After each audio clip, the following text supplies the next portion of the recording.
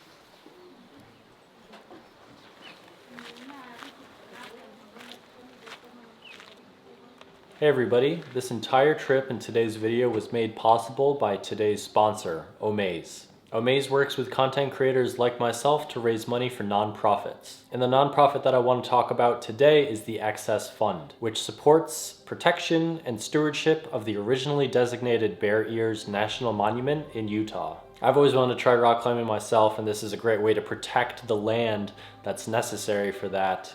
And I've also wanted to try out van life. Omaze is providing a way for you to win a Mercedes-Benz 4x4 Sprinter cargo van, plus $40,000 worth of customization by Vansmith.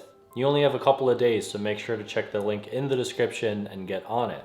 I have been interested in van life for a while, and if you are as well, this is the ultimate way to make it happen. Have your new home away from home delivered to you, or get flown out to the Vansmith shop in Colorado and road trip back wherever you want. The best part is every donation does support the Access Fund, and you do have a chance to win. So hurry up, go there, donate, and good luck. And if you win, please invite me to your van. I would love to hang out. So now let's break down exactly how I got to this hike, did it, and what I would suggest if you're thinking about doing the Santa Cruz Trek yourself. I flew from New York to Lima, and one thing that you should know if you're doing a similar route is that you do need a confirmed return. Before you even board your plane, they're gonna ask for that information. And I had booked a one-way to Peru, and then right before I got to the check-in desk at the airport, I actually bought a refundable one-way ticket from Lima to somewhere. I forget where it was. I arrived into Lima, which is a massive city, super late, and I just wanted to sleep. So I took a taxi over to a hostel that I'd actually stayed at before. I woke up early and I wanted to start heading north immediately up to Juarez, which is a 7-hour bus ride. But I think for about $10, I got a luxury bus seat that can recline and you get served hot food. And I was right up in the front, so I actually set up a time lapse of going through the desert, because that side of Peru is actually very deserty, which is interesting.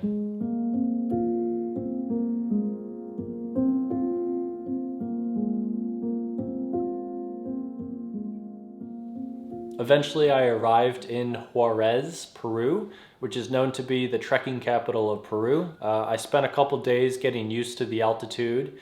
You do need to acclimatize if you are coming from sea level, which is what I did.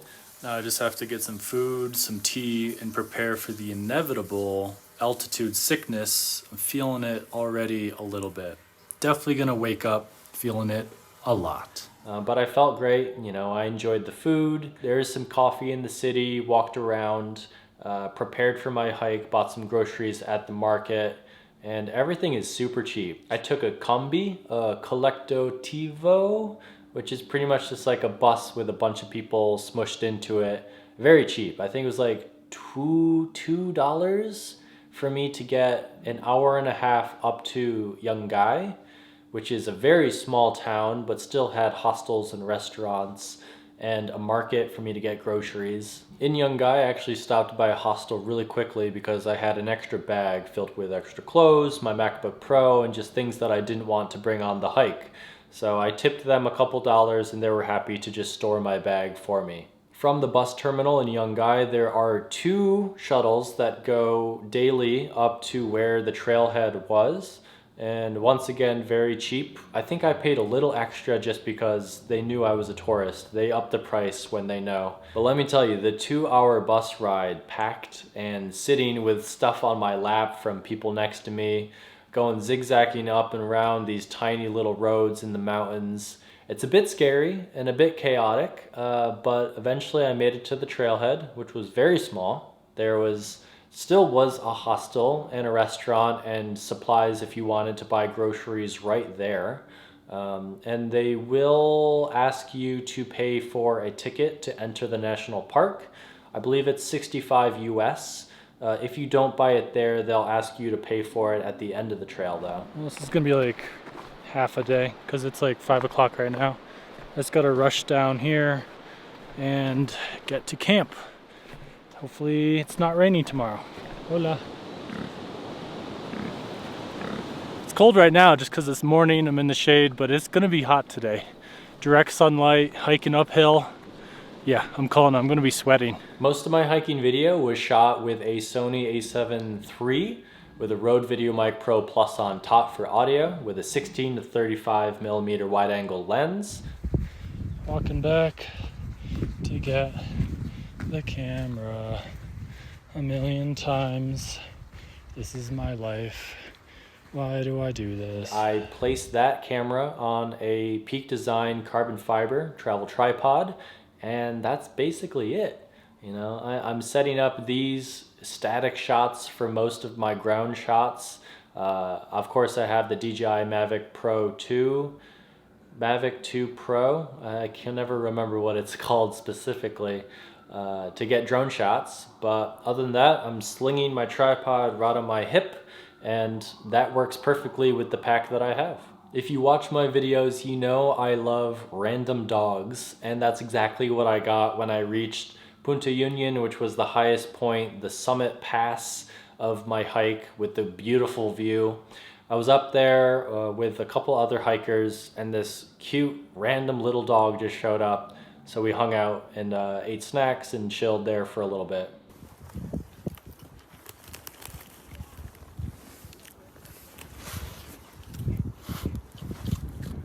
But man, this is why you come on this hike, coming over that pass and then just having this beautiful turquoise blue glacier lake with white snowy mountains just all around you. It's definitely an amazing once-in-a-lifetime view, and stay up there as long as you can and just pray for good weather like I had. I did this hike in early November and the weather was great. It didn't get too cold at night. I was more than happy wearing my clothes, but then also being in my 45-degree sleeping bag. It did rain a bit and hail a little bit, especially in the night. Probably gonna rain until tomorrow morning. It's kind of just what it does. Afternoon thunder showers. If I wake up in the middle of the night and I hear no raindrops, I will set up a time lapse and hopefully try to get star movement. That is what I'm looking for right now. But that was fine. The biggest thing that was difficult with this hike was the altitude. The altitude is definitely making me go slower and get out of breath when I'm going uphill. So at points you were up at 14,000 feet, 15,000 feet for extended amounts of time, and I think that's going to affect anyone. You get the altitude sickness headache, you feel dehydrated even if you're not, and you just feel lousy. Like, it's tougher to use your muscles and to get breath when you're going uphill. At least for me, I was struggling a little bit. For camera batteries, I actually did something different than usual, where I would bring a portable battery USB brick and recharge my camera batteries overnight. This time I bought 2 extra Sony Z batteries for my Sony full frame camera and had 5 total. I didn't even use them all, and I did some astrophotography time lapses overnight, which can, you know, use up an entire battery in one night. But I kind of liked not having to charge anything. It was nice. I did bring Epic bars and I had snacks. I bought a couple bananas and oranges and apples at the market right before I got to the trailhead. And for this trip, I did not have a stove to save space. It would have been nice to have hot tea, hot coffee, but it was a quick hike and I was fine just having snacks and cold food. So technically on the 3rd day, even though I'm calling it a 2-day hike because I started late and ended early on the last day, I made it all the way to the end. It was a long 15-mile stretch, but all downhill. At the end of the trailhead, there was a campsite, hostel, restaurant, and taxis waiting for you.